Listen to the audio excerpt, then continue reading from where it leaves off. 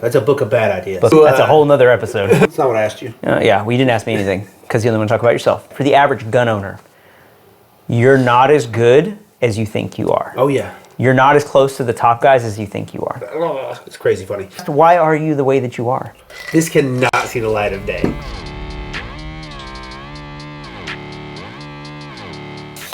Let's go, Pistols. All right. Well, welcome to the podcast. Welcome to the podcast. For the first time. Monkeys with Knives! Welcome back for the first time. Welcome back to the time that was the time before this, which is now. So, really quick, this is episode 1.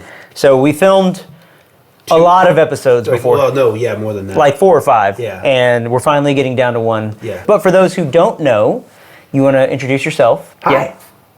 My name is Taylor. I'm also known as the Possum Puncher. That is because I punch possums for a living. Not a joke. That's what I do. Basically, I like to shoot competitions, go and help with classes, and take classes, and generally say things that don't make sense. Okay.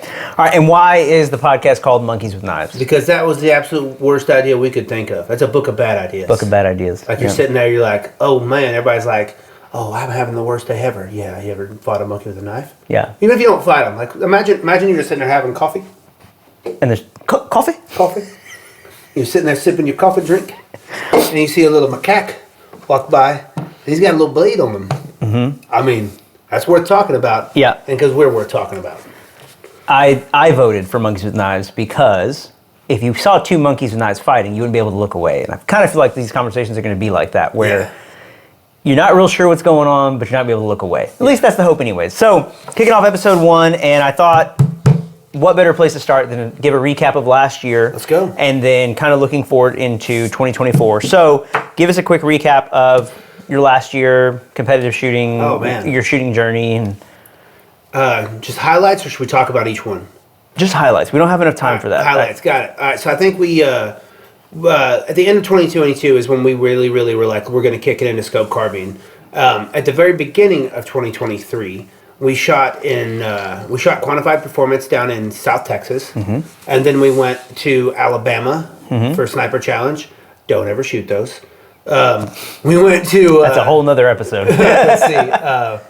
We went and shot another quantified, and then we went to Tampa, and then here in Dallas, and then Tampa again, and then I shot intermittent PRS matches through those in Oklahoma, and then which brings us to now. So yeah, that last year was mostly scope carbine, peeling into our bolt guns to prepare for this year, but the main focus of last year was scope carbine. This year is going to change a little bit, but that doesn't matter because this is just the overview of what happened last year. Yeah. Okay. Yeah. Yeah, for the most part.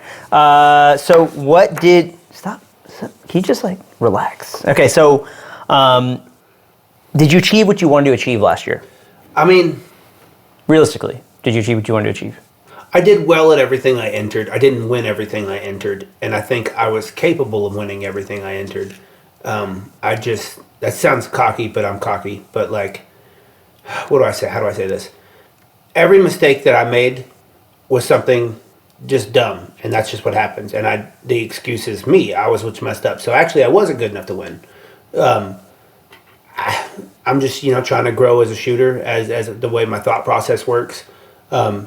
Just keeping my head in the game when things go bad, and that's usually when I shoot best is after things go bad.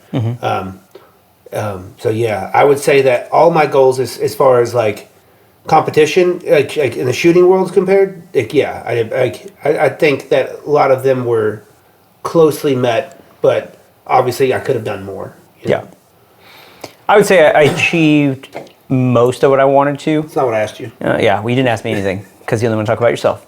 So I didn't achieve everything that I wanted to.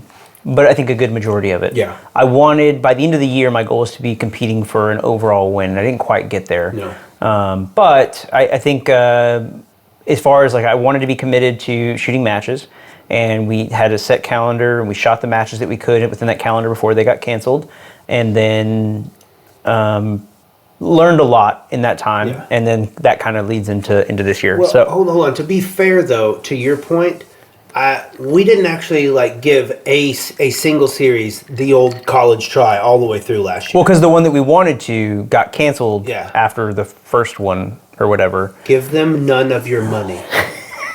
Again, that's another episode for another day. But no. So okay, This year I think though, because we'll talk about this year in a minute. But what was your biggest lesson or takeaway from last year? Oh man, get out of my head when I get in trouble. Mm-hmm. Just like, and you can talk to that about it more than I can because you see what happens when my dominoes fall. Yeah, and it's just like, yeah. Well, I'm the one who has to pick up the pieces. Yeah, it's like There was one match in particular I was incessantly where Taylor was pissed off. Taylor was cussing and yelling to himself and then to me, and he's like, I'm not even going to waste ammo. I'm just going to put my gun away. We're just going to go home. Let's just go catch our flight. We can get to the airport early and get food. And I was like, no, you're going to finish this match. And he didn't want to listen, and we argued for a while. I didn't want to listen about how to fix his gun. Well, let's talk about it. Okay, look, I wasn't supposed to be able to fix my gun. You weren't supposed to be able to, and you did. And I went ahead and I was like, this, and I fixed my gun. Uh-huh. And because I spent thousands of dollars to fly to a match. Mm-hmm. And then after that, I got, 2 stage wins? I don't know how many you got. I know you got one after it was fixed. Maybe 1 stage win after that. Yeah. Really bad time. But it was close, but you were up there in like the top top 10 in each stage after that, I think. Yeah, after fixing my gun. So that was like really cool. At the same time, I was like, I wish my gun would have worked. Mm-hmm. You know what I mean? And before he says it, Jimmy knew what was wrong with my gun. Okay, I thought it was something else because I'm hard headed and I got a big red beard. And then like, and I was sweating because I thought a black sun shirt was gonna be the way. Yeah, it looked cool, but it did look cool, look badass. In Florida sun, it's not a great idea. Somewhere on the Central Florida Highway because we left it on the back of the car. Yeah, so yeah, that was obviously I think had you fixed the problem sooner, it would have been a lot better. You wouldn't have been as frustrated as you were. Oh, 100%. Like because it just snowballed, Yeah. and then you just continued to spiral, and it just got worse. I got and real worse. good at malfunctions. Mm-hmm. Yeah, I think my biggest. I don't think I have a. I don't know if I have a biggest. Yeah, I'd say okay. So biggest takeaway I would say is that for the average shooter, or no, I take it back. For the average gun owner, you're not as good as you think you are. Oh yeah. You're not as close to the top guys as you think you are. Yeah. That was, I think, my biggest takeaway. And seeing how good the best guys really are. Yeah. And then I think probably my biggest takeaway is, for myself, is working on the mental side of shooting. So, because the skill is there, I think, and then we know how to collect data. And that was the thing we learned last year, like making sure you have good data. But I think just the mental side of it. I would say that the best way I can explain it is like a motocross, supercross analogy, and that's like, as a privateer, they are capable of going at their race speed for a couple of laps, but the factory guys put it together lap after lap after lap after lap. Yep. So me and you both, I believe, and like I said, speaking from my side of the table, I believe both of us have what it takes to shoot in the top 1% of the people out there. That being said, we have to be able to rake in.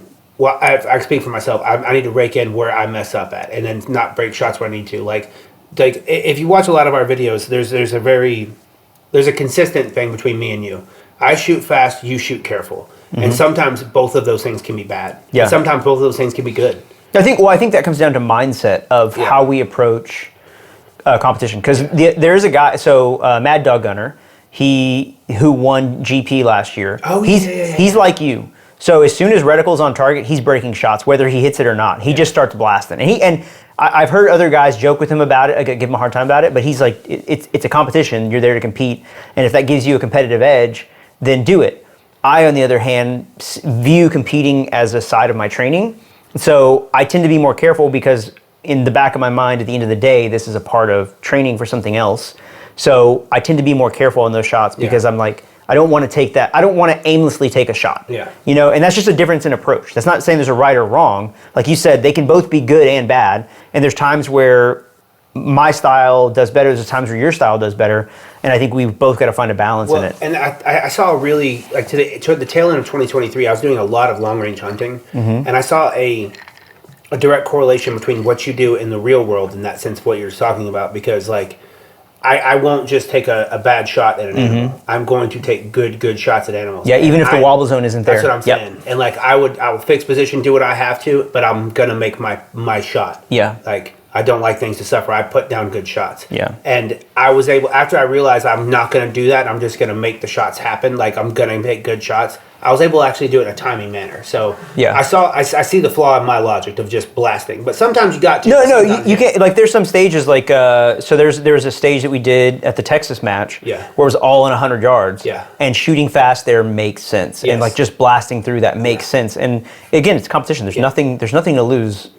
It's just a competitive match. Yeah. That's it. There's no life on the line in that situation. So it's just the mindset and how you approach it, I think, is really what comes down to how people shoot differently in the way that they shoot. So I think when you see a lot of guys who come from a PRS background or an intrail hunter background, where like you only get 2 shots at a target, and if you miss, like that's it. There is no like makeup after that. That's it. You're done. Yeah. So I think those guys tend to be a little more careful. Yeah. Yeah, and then on the other side, guys who are strictly from gas gun tend to be a little more wild. Yeah, a little more loose with it. But I think that's where us shooting an arrow hunter this year, which we'll talk about in a bit, I think we'll balance each other out in that too. So, I think so.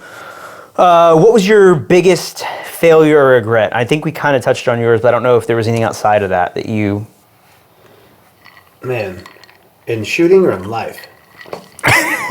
Either one. No, I mean, just business is great. Just like I love what I do every day. Just want more of it. But like I said, we're doing really well. It's just like I'm greedy. That's fair. So for me, it was staying on the shooting side of it. I think on the shooting side, it was definitely mental errors. Yeah. So looking back at matches where like equipment things like not double checking or not setting turrets, not making sure data's right. I think that those are my biggest failures and regrets. In business, on the business side, I think being too lenient with people. Yeah. I tend to give people too much rope and too many chances. Yep. So 24 is different, y'all. Yeah. FEA. Okay, so we're already in 2024. Welcome. So looking forward to the rest of the year. What are your goals for this year? What are you hoping to achieve? I have okay, so can I talk about the news? Mm-hmm. Okay, so if you want to. So we've been trying for 2 years. Me and my wife, Skylar, are now pregnant, or she's pregnant. I was supposed to say we. Are we that guy? I'm not that guy. Are we that guy? We're not that guy. First of all, no, we don't do that. Anyways, sorry. Well, me and hey girl. This is taking a weird turn. Anyways, so we're pregnant. We are due in August. So my wife, she's pregnant, and she is giving me the green light to go absolutely bananas until July. We got to work on your phrases and the things that you say. They don't make a whole lot of sense. Well, they do. Those comment down below. Does that make sense? You guys got what I meant. Anyways, so I have to bleep that out. This is not going to make sense. Bananas. Anyways, but so right now, as it stands, I have 14 matches on my calendar between now and then. That is a lot of matches. Some local, a lot of big 2-day matches. So my goals. What was the question? Okay. What are your goals for this year? What are you hoping to achieve? I'm hoping to achieve a. I want to get points enough in the PRS to get to the PRS finale. I want to shoot gap grind if the time frame is right. I want to shoot gap grind. I want to shoot at least 3 to 4 gas guns with you, and then. But my biggest goal of the year, and this is where I say I'm shooting 14. It depends on how well me and you do. For NRL Hunter is my main focus of this year. We've put a lot of money into this year to make like our ammo and make sure everything is going to be right for us because we're not going to take chances at things failing at matches. NRL is a focus. Yeah. And our goals, I would say, it might be too ambiguous for some people to say, but I plan on us winning a team division. Yeah, so mine is slightly different. So I am competing in the Quantified Performance overall series this year. Yeah. So I've got to shoot enough matches for that. I'm shooting some other matches outside of QP, some gas gun matches. I'm still heavy into gas gun this year, as you're more into PRS. However, NRL is a priority in us being able to shoot those matches. So we've got 3 matches for sure, team matches on the board. Sure. And if we do well in them and we get the opportunity to go somewhere else, we'll do those as well. But it also depends on like calendar. Yeah.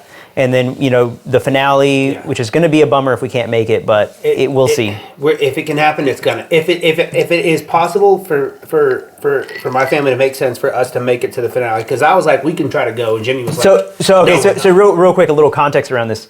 The baby is due the weekend before the finale of NRL Hunter. And I told Taylor he's not allowed to go to NRL Hunter. I said, I won't shoot the match with you if you go that close to the baby being born. Yeah. So the baby comes a little bit earlier, and maybe she's more settled and things. Everything's good. There's just a lot in play. If I have a week-old baby, though, I won't be there. Yeah, he won't be there. So. And I told him I'm not going to shoot it without him, so there's no point Another thing, though, I have a question. How many do you need for quantified for points? To three, I think 3 or 4, yeah. And you have to enter the series thing. I was just talking to Ash about it earlier. Ash. So I'm gonna. That guy. I want to actually, because we didn't get to commit to Sniper Challenge last year. Well, we did, but then it fell apart. So instead, we switched gears and I'm committing to Quantified Performance, and I want to do that series just to see where I stack up series wise. I know the top guys, Keith. Scott, and then Mad Dog Gunner. I know those guys are going to be the top 3 that everybody's vying for. So I just want to see where I stack up in a season overall. So I'm shooting as many of those as I can across the country. I would like to shoot some other matches. Like, my goal has always been to travel to more matches outside of Texas to see how we stack up against the best shooters in the country. Because we can go and shoot the local matches all the time, but I want to see how we stack up against the best shooters in the West Coast, the best shooters on the East Coast. The only place that we haven't gone yet that I want to go to is the Northeast. Yeah. So, Jeremy, I know you're probably going to watch us at some point. If you want to fly us up there and sponsor a video, I will film like 3 videos to go up there, and we'll go shoot those matches to cover it. Hit me in the DMs, dog, because I really want to go up there and shoot that match. We really want to know how we did, because that's the only place we haven't shot. To be fair to us, I was a little bit overzealous. You were very modest about it. To be fair, out of everything, we traveled a lot last year. Yeah. To shoot matches, and I don't think either of us ever outside top 10 at any of them. I think when I had the mistakes at the QP in Florida, I think I was outside the top 10 there. Or no, I think I was like 7th. Yeah, no, you were 7th. Yeah. Okay. Yeah. Then we were inside top 10. But still, like it's there's still a substantial gap between where we were and the guys who are finishing first. That being said, we don't know how we stack against the Northeast. Are we that much better than y'all? We won't know until you have us up there. Yeah. You don't know. We do a GoFundMe. We're not doing it in the wintertime. We're not doing it in the wintertime. Hard pass. Actually, I'll take that back. I will go shoot there in the winter if they come shoot here in the summer. August. Yeah. We'll put on a match just for them. Skylar would love that. Just like baby's getting bored, can't go shoot this, but what'd you guys go out there? Watching people die? Yeah. I was over real fast. So my goals, I want to see where I stack up against those guys. I don't have a set outside of NRL Hunter, because that's a team match. I think that we bounce each other out enough. I think that we will do well, and I think we can actually win that series as a team. And I think that my style of shooting will do really well in NRL Hunter. I think for me, as far as gas gun goes, I don't have a specific goal, because one of my goals has been to be more focused on the process and less on the outcome. Because there's a lot of variables in what determines how you place them in a match, and a lot of that is out of your control. And so I've been focused more on the process and trying to improve certain areas of my shooting, and less on the outcome, like the things that are outside of my control. Are you shooting GP again? Mm-hmm. Okay. Yeah, I'm going to shoot GP again until I can get a 4-16. So I'm trying to get I'll talk about that in a separate video outside of this. But I am trying to get a 4-16. I do want to build a gun for the practical division, or at least an upper, and shoot that. If I get the 6 max, I'll throw the 4-16 on there and shoot that in that division. But we'll see. It sounds like we need the 4-16 first, guys. Mm-hmm. Yeah. So if somebody watching this can make a 4-16 happen, let me know. Yeah. But no. So realistically, if I could get the 6 max and a 4-16, I would go shoot local PRS matches with that gun. I think you could do well at local PRS matches with your current setup. Oh, I'm going to shoot my current setup, but I think I'd be more competitive, because guys are shooting 6 GT in gas gun. I messed up though. So actually, because of what's coming right now, I've got some cool things coming in right now, and I'll be shooting different setups. So I'm going to have my 6.5 PRS production setup. I'm going to have my NRL production setup. I'm going to be shooting a 308 Tactical Division heavy gun. And then plus I'll be using an 18-inch SPR and a 16-inch Novetzke that you guys have seen. So it's going to be a year of at least 5 different types of guns at 4 different styles of matches. So I mean, I guess I'm throwing consistency out the window. Yeah. You know, we're gonna have a good time. Sounds expensive. It's gonna be. Yeah. So, okay, so you mentioned a lot of stuff just now. Yeah, I did. What are you looking forward to the most?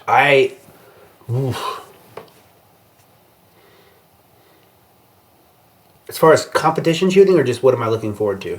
In general, whatever you want. In 2024, what is the one thing you're looking forward to the most? Oh, my son being born. Yeah, it should be. Because if you were saying anything else, I was going to throw this on you, and then Yeah. we're going to be done. That's the end of the podcast, guys.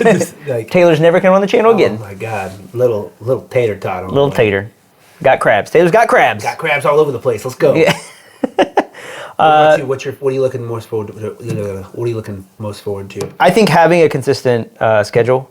I think last year I was bummed. I didn't talk about it much, but I was bummed that the division, we were looking forward to Sniper Challenge the most. We were gonna shoot every single one. Yeah, and they had some really cool locations, and so I was really looking forward to that. I was super disappointed, and I still am, that those got canceled. Yeah. And I know they're trying to revitalize it, and whether I agree with them or not, like the match directors they have are cool. I've got nothing against them.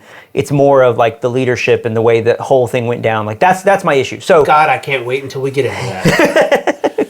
again, another episode. guys We'll will do a whole episode on why Taylor hates the tactical games. No,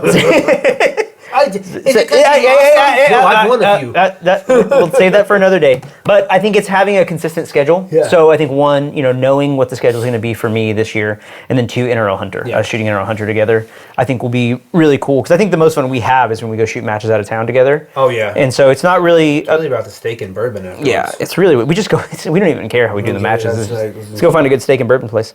We still technically, in Tampa, there is a bar Yeah. that Taylor and I are the only two who have ever had that Bottle. that mezcal. And so we just both signed it, and that's just our bottle. Yeah. We just go and get it whenever we're in town. If you find our autograph bottle, I will send you something.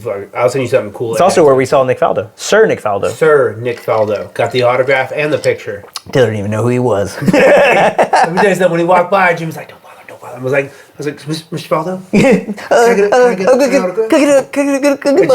And Jimmy's looking around like, picture. Yeah, that's great. That was great. All right, go. Okay, so how are you working towards those goals right now, or the goals you have? Okay, really, the biggest one is, my biggest, I already made the baby. I just got to, nourish it.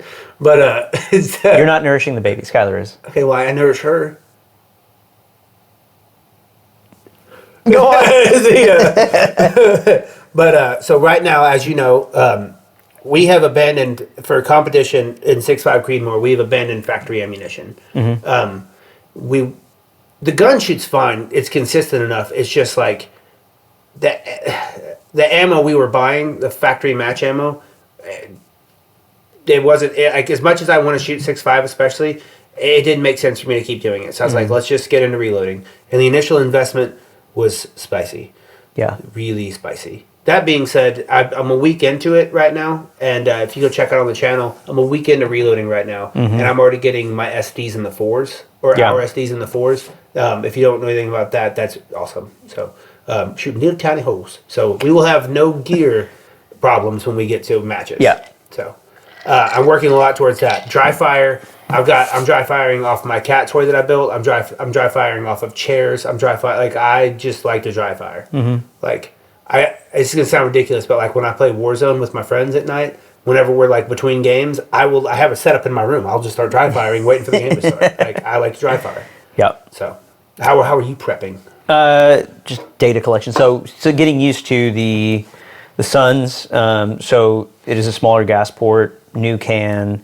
Setup outside of that is pretty much the same, but it shoots really well. Accuracy's been solid, but just getting data on it, finding out what ammo works well. So a lot of just data collection. Which can is that? It's the Dual Lock 7. Dual Lock 7, got it. Yeah, Griffin Dual Lock 7. So it's a different recoil impulse. It's super nice to shoot. I'm really enjoying it, but just getting comfortable, getting used to it, because I spent a whole year on the last setup. Oh, yeah. Year and a half, 2 years on the last setup. 2 years, yeah. Yeah, and then now just getting data dialed in, a lot of dry fire too, and just getting ready. Hey guys, you know what we need? Suppressor covers. Burn-proof gear, bro. Just get one from Tag Firearms. Oh my god. Yeah. Let me jump on my phone real fast. Yeah. Can we just do a commercial? Yeah. James, you're welcome. Woo! Yeah, so that's what I've got. Burnproof gear on that one. Burnproof gear on that one. I've got to get. Keep it burning, dog. I need to get another one from him. They've worked really well for me. I have. You've shot mine. You've seen them, so I didn't really think I needed one after as I've shot several matches without them, and then especially with higher magnification, I'm like, you're gonna see it more. Oh my god, I need a fucking suppressor. Yeah. I need a suppressor. So. Yep. Okay. So, any products you're excited about this year? I know you mentioned a bunch of stuff that you're going to be shooting or testing. Yes. So there's spur chassis. I got a spur chassis coming from Mile High, and it's like a. I was really interested in the AI, but everybody's shooting AIs right now, and it's like. I was like, what's something different? And the spur came out with it, and I was at SHOT, and I was playing with it, and the rail slider on it. I can't wait for you to finger blast this thing. It is. Don't say that when you make that motion. It is so much, dude. It's very special. The folder is very nice, and I've heard people that love them and people that are like, meh. And I can't wait to give my opinion on that. And I'm trying 3 or 4 different actions this year. Yeah. Between the Curtis, the Zermatt, the Impact. I want to I'm looking forward to giving my honest opinion on things because I gave. My first my first bolt gun review, well, real not overview, but overview was over the Q-Fix, and people either loved it or lost their minds over it. And I was just saying what I thought. It's a very polarizing brand for sure. I still waiting for that to come back, and we'll try it again. Yeah. Make sure we torque down those scope mount. Yeah, scope mount's got to be done. But hey, just in case you think that was the problem, it wasn't. Let's go. All right. So for me, it's the obviously 4-16, and then and then when I get a 6 Max, I've had a lot of people ask about the 6 Max. So I can't wait to see what that does. I know they're still dialing it in and getting it ready for production or whatever, and I don't have a timeline on that, but I want to make tiny little bullets for it. Tiny little groups. I want to shoot. I want to see what it does. Honestly, I want to throw this in there. This is a polarizing subject, and at some point. Because if Jimmy's going to run 6 Max, and people it's either there's no one on the same side of the aisle that 6 Max and 6 ARC can be in the same conversation. They can't both be good. One has to be a piece of crap. So what I would like to do is I'm probably going to snatch up a 6 ARC at some point, and then us actually do a comparison video. I'll shoot yours, you shoot mine, and let's just because I feel there's space for everything, but There is hate on both sides of the aisle, and it's just doesn't. I think it's kind of unwarranted. Yeah, I think I posted this in my story the other day. Is dude, it does it for most people. Most of the people having the argument haven't shot both of them. That's what I'm saying. That's what I think. And I know guys who've shot both, and I've talked to 3 of them quite a bit, and I think that, you said, that the argument is unwarranted. I think for most people.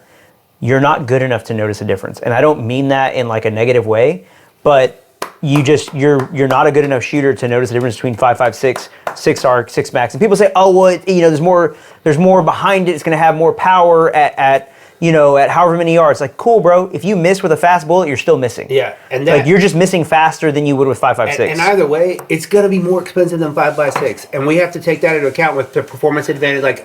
How much performance are you actually buying, and is it credible enough to keep buying? You know what I mean, so I was thinking about this at Ridgeline, that when we were shooting the movers at 100 and 300, and one of the things Joe always says is very rarely in the real world. Because that's when everybody talks about 6 Max, 6 ARC, is that in the real world, when you're shooting something, you need more power. You need more energy at impact. Stop that. So when I was thinking about that, and Joe always says, he's very rarely in the real world do you get a chance to shoot a target that's still more than once. So usually once you shoot, everybody scatters and they run, right? Yeah. So I think for the average shooter, they never practice shooting movers. They barely practice at distance, let alone shooting movers at distance. So are you even good enough with 5.56 to even hit a target, 5 times out of 10 while it's moving, and not just moving at a single pace, but sprinting, running diagonally, it's bro, you're talking about a 1% scenario for the average gun owner. So I don't think it matters as much as people make it up to matter. Does it matter for the military? Yeah, and that's cool to see what they come up with, but for the average gun owner, I don't think it matters that much. I think having the skill probably matters a lot more for them than whatever new cartridge is coming out. So to be continued. Yeah. So what do you think is going to be the big shift or the big change in the industry this year? think it's going to go. Or what are further. you hoping for? I think it's going to go further in the long range. I think the shift started at the end of 2022. We saw a big uptick in 2023 with Lucas, Grantham. I mean, all these figures shooting further and further stuff. I mean, I think that's the way the industry is going. I think that, also short guns are hot guns still. You know what I mean? Short gang. I think I think people are trying to find out what their capability is, and then really, it's hard to go shoot long range for the first time and go slap a piece of steel with your gun much further than you thought was possible and not want to keep doing it. And shoot smaller targets. Yes. Yeah. I agree. I think that's the change. I think that I think there will continue to be interest in scope carbine. I don't think everybody kind of felt like this year was going to be the year of bolt gun. I think people are going to be interested in it. I think you'll see an uptick in interest. But for the people who complain about gas gun being expensive, like getting quality glass, getting match grade ammo, like bro, getting a bolt gun is way more expensive. So I think that people will start to see that. They'll get that sticker shock of like what it costs to get into a bolt gun, and you'll see people lean towards scope carbine still, but just have an interest in bolt gun. I think we're doing a separate podcast on this as far as like buying performance. Like, guys, I can tell you by getting into reloading, there's certain things that everyone says you have to make great bullets, and there's certain things you do have to have. But it's not all like, you don't need an $8,000 custom action gun. You know what I mean? Yeah. There are manufacturers out there that make factory bolt guns that shoot. Oh, 100%. 100%. And Yeah. there a lot of them are sub 2,500. That sounds expensive, but that's where you're jumping in, guys. But I think the big shift is going to be people getting, I think with the economy, with the uncertainty of the election, I think people are going to get more serious about training and pushing themselves to training than they have in the past. Because I think with past elections, people have kind of stocked up on guns. Yeah. I think you'll also see supply chain issues of not being able to get things. Yeah. So you'll see people purchasing accessories more, building more of their own guns and uppers. And I think you'll see people shooting a lot more because it's like, we've bought all this stuff, now it's time to train with it. And like for like the past decade, I feel like we've been buying stuff and not shooting it. So I think that's where the shift is probably going to be this year. So we've got some follower questions. We're running out of time. So get 'em. Go. these are the user submitted questions. So User number one. from the audience, little audience engagement. Let's go. What do you So know? question number one. This is for you. There's a lot of questions for you. Why stop at punching possums? Why punch the possums when you have a suppressed 45? How many possums has the possum puncher punched, and how many can he fight at once? Okay, suppressed 22 is way cooler than suppressed 45 when it comes to shooting possums. Okay. They rattle around. Oh, it's crazy funny. Hypothetically speaking, you don't actually shoot possums. Yeah. Next part of that, how many? Why stop at punching just possums? I'll punch anything with the face. Okay. Okay. How many possums has the possum puncher punched, and how many can he fight at once? Last year I had a little over like 1,400 trappings, so a lot. But like, everyone's face breaks differently. You just, Okay. and last part was How many can he fight at once? In a room. In a room. Just 427. Okay. So I have a question. Yeah. You are the possum puncher, Yeah, correct? right in the face. Right. So you punch possums? I have punched possums. So, but that's what possum puncher means. You are the puncher of possums. Uh-huh. So is the possum in your logo you, or is it the possums that you're punching? Little freak's about to get hit in the mouth. So why is your logo a possum if that's what you're punching? Who would buy a shirt with my face on it?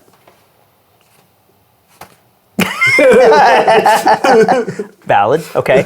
All right. So is Knights that much better than say a Noveski or other premier rifle brands? No, not at all. Not even close. Look here. Hot take.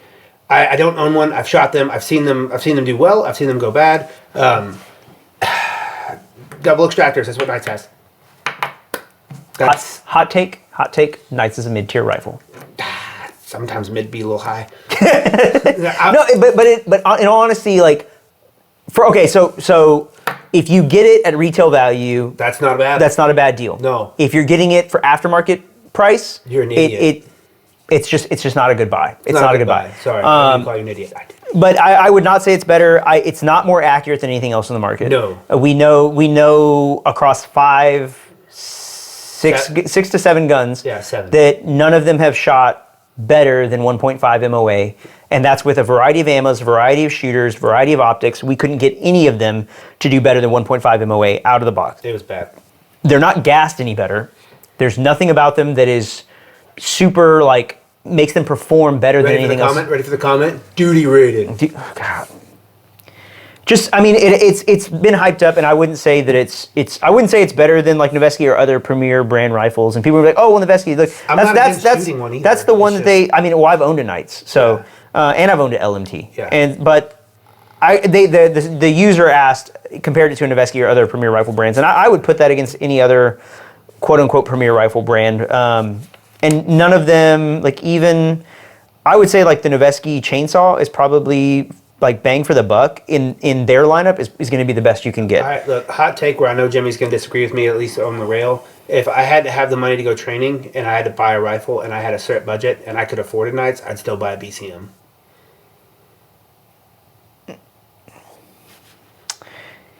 Yeah, the rail's garbage. He's not like it. He's not like that. But rail. you can swap the rail. Yeah. You can swap the rail. But no, I would say for the average person, like, the BCM is going to be a better option. Even the Daniel Defense, I think, would be a better option than the Knights. It's the price tag, guys. It's like if people say money's no object, then the rifle's not even in the conversation. Yeah, but it's not just the price tag for me. It's also the proprietary parts. Yeah. Right. So, like, you can get a BCM, you can get a Noveske, a Daniel Defense, a Sons of Liberty.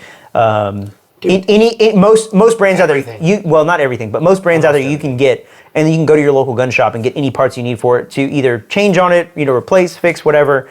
And then Knights parts are just really tough to get, like, and you have to search. Crazy expensive. So they're freaking all right. T2 scope things are $200. People are unsubscribing by the second. Go. Okay, so high mag LPVO, like a 1 to 10, versus an MPVO. Please stop calling it MPVO. That's not a thing. It's not a thing. 2 to 10 or 3 to 10 on a general purpose rifle. LPVO. Yeah. And the other thing I would say on top of that is, it's not just magnification, it's glass clarity. Yeah. If you have a high magnification but awful glass, you still can't see anything out of it. Yeah. You can see more with better glass and less magnification than you can with higher magnification with awful glass. So I learned that lesson if you're buying a cheap high magnification optic, you're still probably not going to see any better than you would out of like a 1 to 8 attacker or a 1 to 10 razor. Like, you buy quality glass, whatever magnification it is. But for a general purpose rifle, I'd probably use an LPVO. I think a 4 to 16 is also a really good option. I think this thing though, like, depends. It depends on what you're doing. It depends where you live, but honestly, I can do everything. But it doesn't just depend on where you live, though. Here's the thing. I've taken a 12-inch gun and I've taken a 16-inch gun and an 18-inch gun with an LPVO. Yeah. And I've shot close-up work carbine courses, and competitions, and I've shot to 1,100 yards with one with a 5.56 gun, like, all day long with an LPVO. I think if it is your go-to, gonna grab something, it's not gonna be. Like, get a 1 to something. Yeah, I think. I'd agree with you on that, because I think is the LPVO the best at anything? No, but it does a lot really well. Yeah. And I think that's why it depends. It depends on, like, what you're doing. It does depend on where you live, but it also depends on your own skill set. Yeah. Like, if you can buy the best glass and have the best 2 to 10 or the best 4 to 16, and if you don't have the skill to use it, it doesn't really matter. But meanwhile, there's guys who have red dot magnifiers and a 12.5, and they can shoot out to 1,000 yards no problem. Right. So it just comes down to I think skill more than anything. 100%. Yeah, but if you're choosing between those two, I would say LPVO with better glass clarity. What heads do you use on a tripod? I use the Really Right Stuff. What do you use? You have I have a few different ones. Basically, the Really Right Stuff anvil is the go-to to do it. They have one coming out by, and I'm not sponsored, I don't own one. They have one coming out from Leo Photo that is shill. It's not a close, like, some people like it's close to the Really Right Stuff, but it's a lot more affordable. But it's not really, like you want the best stuff, it's Really Right Stuff. It is. It's expensive, but it's really cost prohibitive. I like that one. I like the head on the new switch, the new Vortex, the skinny one. Switchback. I like that head. It's good. I'd say the Really Right Stuff. The reason I say it's the best because you can use it with Picatinny or Arca. Everything. And it's really quick and easy to adjust. And if you shoot off of it, it doesn't slide. Yeah, the anvil is really the way it clamps on has better clamping pressure than any of the others I've shot off of. Yeah, So yeah, that's not I would say the anvil. As a father, how do you prioritize work-life balance? I want to talk about this in another video, so we'll save that for a separate video. We'll talk about fatherhood in a whole different video. I'm not dead. Best and worst shooting advice you've ever received? Oh, slow down and get your hits. That's okay. That's worst. What's your best? Speed up and get your hits. Figure it out. Like, no. See more. See more. Okay. Yeah. I'd say worst shooting advice was probably slow down and get your hits. Yeah. Best shooting advice was from Frank Proctor. He was like, look, you just gotta get all A zones faster than the other guy. That's it. Frank Proctor for the win. And it sounds like super like basic and rudimentary, but that's the truth. It's like really realistically, you just got to get your hits faster than the other guy, and when you stop thinking about all the over complicated parts of it, like that's all you have to do. Yeah. And so you just make it really simple. It's like just get your hits faster than the next guy, and you're fine. So how do you do that? Like how do you find a way to do that? Okay. What does Average Joe's have planned this year? Are you going to do more Average Joe's Range Day videos? So I will say there's not any videos coming from the last Range Day. There just wasn't enough footage from the different instructors, and just because we get pulled in different directions and got to do other things. But we have the next Range Day about 80% done as far as like plan laid out. We're waiting on some other outside factors. There's just a lot going on in the world. So because we live here in Texas, we do have an influx of people coming in from the border. So we're trying to be a little more careful and doing our due diligence of finding a way to vet people that come to range days. And then also, how can we keep the cost down, for people that are coming to the range day. So like with the inflation in the economy and now in the industry, it's gonna be more expensive to put on a range day. It's gonna be more expensive to attend a range day because of ammo. We also have to be careful about who's coming to the range day. So there's just a lot of things that we've got to figure out on that aspect of it. But there will be at least one other range day. We're trying for 2. It just depends on when we can get this next one going. But again, that all depends on what happens in the economy, what happens in war, and what happens at the border. So there's just a lot going into that. Hey Jimmy, how much money do we make off Average Joe's? $0, Taylor. $0. Right. As long as we're not losing money, we're good. Yeah. But we do it for y'all. But we do lose money from time to time. More often than not. Yeah, and that's the other thing too. Like we try to keep the price as low as possible, and so when we raise the price, it's truly because our cost has gone up. But we make no money off of range days. We've never even charged vendors to be there. Our taxes are super easy to do. Yeah. How much you guys make? Nothing. How much you lose? A lot. All right. Favorite beer to shotgun? Oh shit. Anything that's not a beer. Taylor's not a beer drinker. Taylor's not a drinker at all. It's got to be Coke with a little bit of alcohol. Oh yeah. I slam those. But no. If I was gonna, White Girl Wednesday, I'll slam a White Claw. What's up? White Girl Wednesday. All right. I would say probably Shiner Blonde or a Deep Ellum Blonde. Yeah. It's hard to shotgun dark beer. I like dark beer, so I'm definitely like a lager or a stout drinker. I'm colorblind. I couldn't tell you what's between a dark or a light beer. Yeah. Okay. Whatever. Techniques for quickly engaging targets at unknown distances. I got a whole video on that. There's a lot of there's a bunch of different ways to do it. Milling it is not the only way to do it. It depends on context. It depends on what your skills are. It depends on the reticle you have. Can you take more than one shot at them? Yeah. So there's a lot that goes into that. We'll do a whole other video on that. I talked about it and how to use your reticle. I'll link that video, but that's a whole nother discussion for another thing. Joe's versus Florida Boy Showdown. If you guys want to come to Texas, let's go. Because we cannot get all of our guys to go to Florida. Yeah, that, and we don't have a place to shoot anymore. Yeah, I think they're working on a new spot. Please, God, find one. That place was great. So, bolt gun versus gas gun. Which are you personally having more fun honing your craft with? What are the big differences training-wise from gas gun to bolt gun? Bolt gun's more fun to shoot. Gas gun's harder to shoot. If you were going to get into one over the other, I would say jump onto a gas gun first, because you're going to have anywhere from 3 to 4 recoil impulses with a gas gun. You have 1 with a bolt gun. Though it might be a heavier recoil impulse, I find it to be... You learn to shoot an LPVO with a 5.56 gas gun, and especially if you get... So I think the best shooters in the world legitimately shoot large frame gas guns. If you can shoot a 308 or a 6.5 Creedmoor gas gun... It's such a beast. And through a scope camera and then not leave the target somehow, you are better than I am. Mm-hmm. Like those guys, when they get off bolt guns, they don't off of props. Not shooting on your belly. Off of props. So which more fun? Maybe bolt gun for right now, but I think you should learn on a gas gun. I'm personally having more fun with a gas gun. It's just more fun to me. I think the thing that I like about it is that I take my gas gun, and if I want to go shoot inside of 25 yards, I can do that. And then if I want to go shoot long range, I can do that. And I'm not taking multiple guns, multiple mags, multiple types of ammo. It's just I just go and shoot whatever I want to shoot, and for me, it's more practical because I'm not like a hunter either. So like maybe if I was into hunting, I'd do that. Yeah. Also, bolt guns are cheat codes. Yeah, they're so easy to shoot, especially when you throw the brake on that. It's so easy to shoot. Move at all. You have more magnification.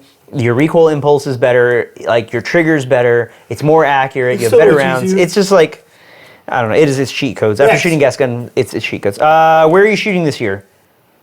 All over. I know I've got Arizona, maybe Vegas, Florida, Oklahoma, Louisiana. I think we might hit Florida twice. Yeah. Alabama, and I think that might be it. Do you get Oklahoma? Yeah. Louisiana? Yeah. And then here in Texas too. Yeah. Maybe Kansas. Oh, and then Arkansas at the end of the year. Yeah. Maybe Kansas. So everywhere. And then maybe if Jeremy decides to sponsor us to fly out there to shoot that match, we'll go shoot up there. Please. So yeah, all those places. All right. Would you guys entertain participating in run and gun events? Taylor's a big no. I would say yes. Why am I a big no? Because you don't want to run. Well, yeah, but I could. Didn't say you couldn't. I've done run and gun type events. Can't wait to talk about those in another podcast. Okay, but that's a different type of run and gun. They're talking about like run and gun where you basically run like 8 miles between stages. Who wants to do that? A lot of people in Texas. We have a whole series for it. I want to do it. I wanted to do it before we did the sniper challenge. But the problem that I have with doing the run and guns here in Texas is they're so popular and so limited on the amount of people they can have that they fill up before I can ever sign up. Yeah. Like my schedule with my son and stuff, it doesn't work. So if I can get into one, I would definitely do it for sure. I'm gonna be sick on that day. Yeah. Jeremy wants to know, will there be PB touches? I'll let you and Jeremy settle that one. Somebody asked, why are you the way that you are? I was born dead, technically. I don't know. I don't mean to laugh. Thank you. You just have a way of making awkward situations more awkward. Yeah. Okay. All right. So moving on. So Taylor, is it true? Yes. That you can't feel pain because you don't have a soul? I mean, I think I don't feel damn it. Do I not have a soul? Like maybe. Okay. Stick a knife in my hand quickly.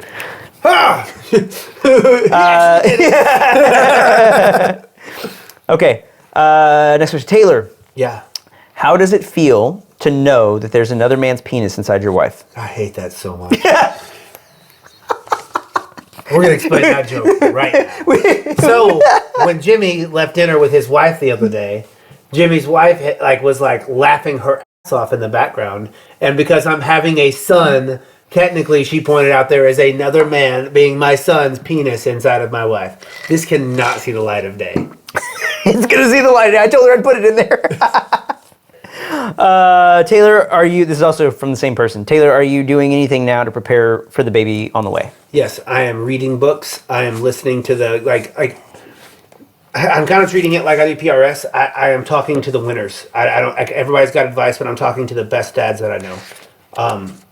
And that's how I'm trying to learn. I'm not listening to every swinging dick that made a kid. This explains why you hadn't been talking to me lately. Yeah. Fucking. Okay. Was that where you done? I didn't mean to cut you off. Yeah, we're good. Okay. All right. Last question. Last user submitted question is, what does the phrase "once we get all our dominoes in a sack, you're all f***ed" mean? Okay. So look here. Here's the scenario. Having your dominoes in the sack is like getting everything together, right? Because it's where you put your dominoes. Is that? And once my dominoes are in the sack, everybody. Here's the thing: you better when I show up to a match, dominoes sacked up, you guys are. Comment down below if you guys keep your dominoes in a sack or if you keep them in the little binder container they come in when you buy them. You got a binder full of dominoes. That's what they come in. Your Pokemon cards in your binder. I had one. I did. Anyways, that's Monkeys and Knives. That's this episode. Hopefully you guys enjoy this. If you hate it, we'll never do another one. Taylor, you want to close this out? Maybe we'll see you again. Maybe we won't. Monkeys with Knives. Do-do-do-do. Welcome back to the channel. Oh, God. Where are you going? Right here. Just got to sneeze. That's not a sneeze. I don't think you know. I don't think that word means what you think it means. Where are you going? I'm going exploring. I'll be back in a minute. Just, No power tools. Oh, we're almost done. here we go. You're drunk. That was you. You're drunk. Go home. Why's your stool up so high? Huh? Why's your stool up so high? It's not. This is normal height. It is. You just hit your shit on there. Yeah, because there's a bar. There's a Because giant I gave. dick? No, because I gave you the side with more space. Oh, because I'm bigger. Because you're clumsy. Oh, rude. Truthful. It'd be a nightmare. This is why we don't film this. This is why this is the 7th episode we filmed and we haven't put one out yet. Listen, it's hit super bad quickly.